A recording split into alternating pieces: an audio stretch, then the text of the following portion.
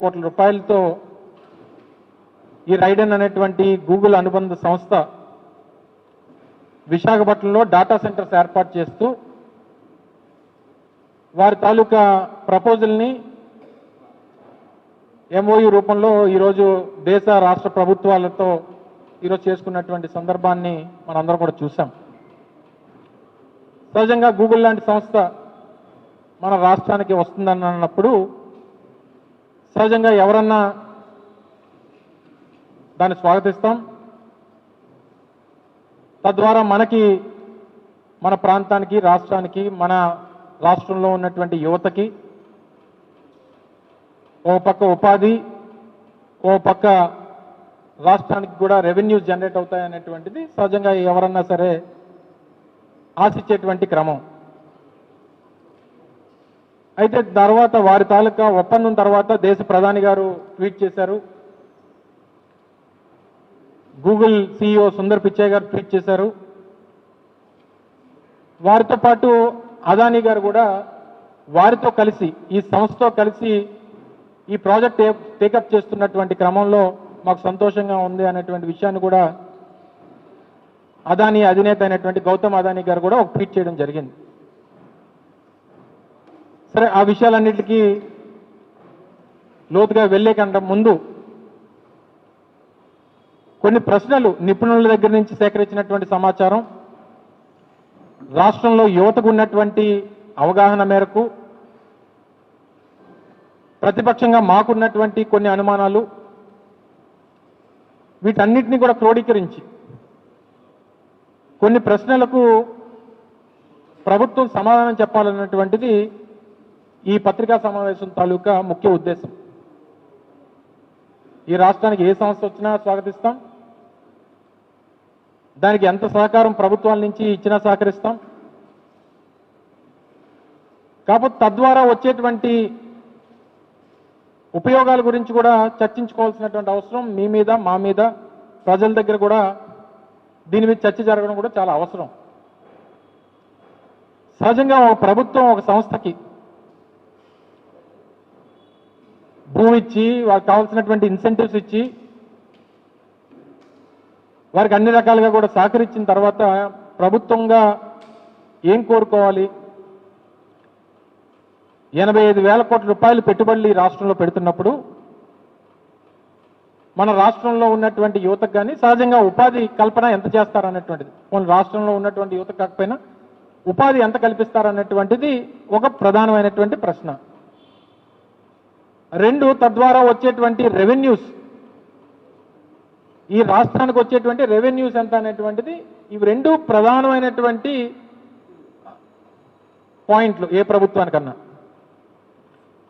అయితే మొన్న జరిగినటువంటి 10వ తారీఖు జరిగినటువంటి ఈ కేబినెట్ సమావేశంలో సహజంగా SIPC, SIPB, state investment promotion board అనేటువంటిది ముఖ్యమంత్రి గారి అధ్యక్షతన దాదాపు 8-9 మంది మంత్రులతో కూడినటువంటి ఈ బోర్డు మీటింగ్ జరుగుతుంది. ఒక కంపెనీ వచ్చినప్పుడు ఆ కంపెనీకి సంబంధించినటువంటి రిక్వైర్మెంట్స్ ఏంటి, ఈ ప్రభుత్వం నుంచి ఏ ఇన్సెంటివ్స్ కోరుకుంటా ఉన్నారు, ఈ ప్రభుత్వం ఏమి ఇద్దాం అనుకుంటుంది, ఇవన్నీ కూడా ఈ ఎస్ఐపిబి మీటింగ్లో జరుగుతాయి. ఈ ఎస్ఐపిబి మీటింగ్ జరిగిన తర్వాత మరుసటి రోజు ఇది ఈనాడు పత్రికలో వచ్చినటువంటి ఒక ఆర్టికల్, రాష్ట్రానికి 1,14,000 కోట్ల రూపాయలు పెట్టుబడులు వస్తున్నాయనేటువంటిది చెప్తూ ఏ విభాగంలో ఎంతెంత పెట్టుబడి, ఎంతెంత ఉపాధి కల్పిస్తారనేటువంటి ప్రపోజల్ ఒకటి ఇందులో ప్రచురించడం జరిగింది. ఇప్పుడు మనం మాట్లాడుకున్నటువంటి ఈ డాటా సెంటర్ సంబంధించి ఈ రైడెన్ ఇన్ఫోటెక్ అనేటువంటి సంస్థ 87,520 కోట్ల రూపాయలు పెట్టడానికి ప్రపోజల్ ఇచ్చింది. ఎంప్లాయ్మెంట్, ఉపాధి ఎంతమంది కల్పిస్తున్నారనంటే 200 మంది కల్పిస్తున్నారు. 200. సో ఈ 87,000 కోట్ల రూపాయలకు సంబంధించి పెట్టుబడికి సంబంధించినటువంటి దాంట్లో మీరు ఈ రాష్ట్రంలో ఉన్నటువంటి యువతక లేకపోతే ఇంకోట అనేది సహజంగా ఎంఎన్సీస్ కాబట్టి మనం దానికి కన్ఫైన్ అవ్వలేం. ఈ రాష్ట్రంలో ఉన్నటువంటి యువతకి ఉపాధి కల్పించాలన్నటువంటి వాళ్ళకి ఆ రెస్ట్రిక్షన్స్ పెట్టేటువంటి అవకాశం మనకు లేదు కాబట్టి సహజంగా ఉపాధి అన్నా కనీసం డాటా సెంటర్స్, అందుకనే గతంలో మీ అందరికీ గుర్తుంది 2023లో అదానీ డాటా సెంటర్కి విశాఖపట్నంలో 132 ఎకరాలు 134 ఎకరాల సబ్జెక్టు కరెక్షన్స్ మేము అలొకేట్ చేసినప్పుడు వాళ్ళు అందులో 200 మెగావాట్ డాటా సెంటర్ ఏర్పాటు చేస్తామని చెప్పి వారు కమిట్ అయినప్పుడు ఆ రోజు ముఖ్యమంత్రి గారు జగన్మోహన్ రెడ్డి గారు సంబంధించినటువంటి శాఖ మంత్రిగా మేము అందరూ కలిసి కూర్చొని చర్చించుకున్నప్పుడు ఏం జరిగిందనంటే సహజంగా ఇక్కడ కాదు, సహజంగా ప్రపంచంలో ఎక్కడ డాటా సెంటర్స్ పెట్టినా అక్కడ ఉపాధి అనేటువంటిది కల్పన చాలా తక్కువ ఉంటుంది. మొన్ననే సిఫీకి సంబంధించినటువంటి సంస్థ కూడా ఒక డాటా సెంటర్ దానికి ఫౌండేషన్ వేశారు. ఆ రోజు సంస్థకు సంబంధించినటువంటి అధినేత కూడా చెప్పడం జరిగింది, ఇందులో ఉపాధి ఉండదు, డాటా సెంటర్స్ వల్ల ఉద్యోగ కల్పన అనేటువంటిది ఉండదు అనేటువంటి వారు కూడా చెప్పారు. మీ అందరితో కూడా మాట్లాడారు, వారి ఇంటర్వ్యూస్లో కూడా మనం చూసాం. సహజంగా ఇక్కడ కాదు, ప్రపంచంలో ఎక్కడ డాటా సెంటర్స్ ఏర్పాటైనా డాటా సెంటర్స్ వల్ల ఉపాధి అనేటువంటిది కల్పన జరగదు. అందులోని మీరు ఏం చేయలేం, మేము ఏం చేయలేం. అయితే ఆ రోజు మేము అదానికి డాటా సెంటర్స్ని ఏర్పాటు చేయాలని చెప్పి ప్రపోజ్ చేసి వాళ్ళని రిక్వెస్ట్ చేసుకున్నప్పుడు వాళ్ళకి ఏం కమిట్మెంట్ ఇచ్చామనంటే, మనం ఏం కమిట్మెంట్ తీసుకున్నామంటే మీరు 200 మెగావాట్ డాటా సెంటర్ ఏర్పాటుతో పాటు మీకు ఇచ్చినటువంటి ల్యాండ్ ఏదైతే కన్సెషన్ రేట్స్లో మేము ఇస్తున్నామో మీరు అక్కడ ఐటీ టవర్స్ కట్టి అక్కడ ఐటీ ఈకో సిస్టమ్ని డెవలప్ చేసి 25,000 మందికి ఉపాధి కల్పించేటువంటి బాధ్యత మీ సంస్థ తీసుకోవాలని చెప్పి కమిట్ చేసాం ఆ రోజు ప్రభుత్వంగా మేము. ఎందుకంటే మీకు ల్యాండ్ కన్సెషన్ రేట్లో ఇస్తున్నాం, అన్ని రకాలైనటువంటి ఫెసిలిటీస్ ఇన్సెంటివ్స్ అనేటువంటివి మీకు ఇస్తున్నాం, ప్రైమ్ ల్యాండ్ ఇస్తున్నాం, మీరు డేటా సెంటర్ ఏర్పాటు చేసుకునేటువంటి దానికి అన్ని రకాలైనటువంటి సహకారాలు అందిస్తాం. కానీ మీరు ఎంత అడ్వాంటేజెస్ ఈ రాష్ట్ర ప్రభుత్వం నుంచి మీరు పొందుతున్నప్పుడు ఇంత పెద్ద ఎత్తున ఉపాధి కల్పించేటువంటి దానికి మీరు కూడా ప్రమోట్ చేయాలి, మీరు కూడా ఐటీ టవర్స్ కట్టాలి, మీరు కూడా కన్వెన్షన్స్ కట్టాలి, మీరు కూడా హోటల్స్ కట్టాలి, అక్కడ ఒక ఐటీ పార్క్ లాంటిది డెవలప్ చేయాలని చెప్పి వాళ్ళ దగ్గర కమిట్మెంట్ తీసుకున్నాం. ఎందుకు? డాటా సెంటర్ వల్ల ఉపాధి రాదు కాబట్టి. ఈరోజు ముఖ్యమంత్రి గారు కొడుకు పెద్ద ఎత్తున గూగుల్ పేరిట పెద్ద ఎత్తున మార్కెటింగ్ చేసుకుంటున్నారు. అది మనం అందరం కూడా చూస్తున్నాం. ఇది ఒక చారిత్రాత్మకమైనటువంటి ఘట్టం అని, నా 45 సంవత్సరాల చరిత్రలో ఇది గొప్ప అనుభవం అని వారు చెప్పుకుంటున్నారు. సరే, వారి మార్కెటింగ్ విషయంలో మనం ఎవరో సాటురాము, దాని జోలికి పెద్దగా వెళ్ళను నేను. ఈరోజు తండ్రి కొడుకు ఇద్దరు కూడా గూగుల్ పేరిట గూగుల్ వచ్చేస్తుంది, ఎస్ గూగుల్ వస్తుంది, గూగుల్ డాటా సెంటర్ వస్తుంది. డాటా సెంటర్ ఏర్పాటు చేయమని తప్పలేదు, స్వాగతిస్తున్నాం. కానీ డాటా సెంటర్తో పాటు వాళ్ళ తాలూకా ఒక డెవలప్మెంట్ సెంటర్ కూడా పెట్టమనండి విశాఖపట్నంలో. కమిట్ చేయండి వాళ్ళని. ఒక 20,000 మందితోనో 10,000 మందితోనో ఒక డెవలప్మెంట్ సెంటర్ కూడా విశాఖపట్నంలో పెట్టమనండి. పెడితే ఒక 10,000 మందో 20,000 మందో ఐటీ ప్రొఫెషనల్స్ ఈ ప్రాంతంలో ఉద్యోగాలు చేయడానికి వస్తే అప్పుడు ఈకో సిస్టమ్ అనేటువంటిది డెవలప్ అవుతుంది. ఆ రోజు మేము ఇన్ఫోసిస్ తీసుకొని వచ్చాం. ఇన్ఫోసిస్ కమిట్మెంట్ 10,000 మంది ఎంప్లాయ్మెంట్ చేస్తామని చెప్పి ఇనీషియల్గా 1,500 2,000తో చేస్తామని. ఈరోజు ఆ 2,000 మంది పనిచేస్తున్నారు ఇన్ఫోసిస్లో. సో ఇన్ఫోసిస్లో ఎంప్లాయీస్ డెవలప్మెంట్ సెంటర్ పెట్టింది కాబట్టి ఈరోజు ఇన్ఫోసిస్ కార్యకలాపాలు ఇక్కడ జరుగుతున్నాయి కాబట్టి ఆ రోజు మేము టీసీఎస్ని రిక్వెస్ట్ చేసుకోగలిగాం. ఈరోజు టీసీఎస్ కూడా వారు ఆపరేషన్ స్టార్ట్ చేయడానికి రెడీ అవుతా ఉన్నారు. సో మీరు గూగుల్ తీసుకొస్తున్నాం అని అంటే గూగుల్ డాటా సెంటర్ వస్తుంది తప్ప గూగుల్ డెవలప్మెంట్ సెంటర్ వస్తే ఈ ప్రాంతంలో ఆ ఈకో సిస్టమ్ డెవలప్ అవుతుంది తప్ప గూగుల్ డాటా సెంటర్ వల్ల ఎంప్లాయ్మెంట్ జనరేషన్ అవుతుంది అనేటువంటిది అది అవ్వదు అనేటువంటిది అందరికీ తెలుసు. అది మీరు కూడా కమిట్ అయ్యారు.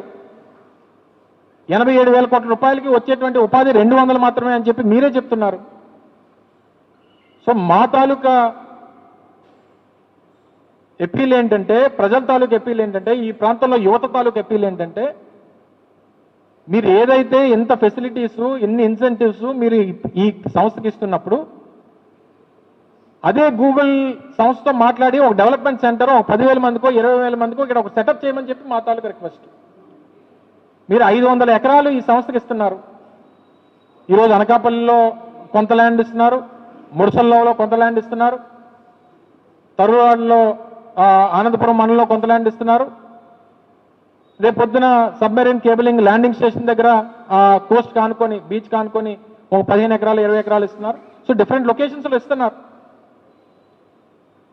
సో 25 ఎకరాల్లోనూ 30 ఎకరాల్లోనూ ఒక డెవలప్మెంట్ సెంటర్ పెట్టమనేటువంటిది ఈ ప్రాంత ప్రజలు కానీ రాష్ట్ర ప్రజలు కానీ వారి తాలూకా అపీల్ని ఈరోజు ప్రభుత్వం ముందు పెడతా ఉన్నాం. దీనికి సమాధానం చెప్పమని చెప్పి కోరుతా ఉన్నాం.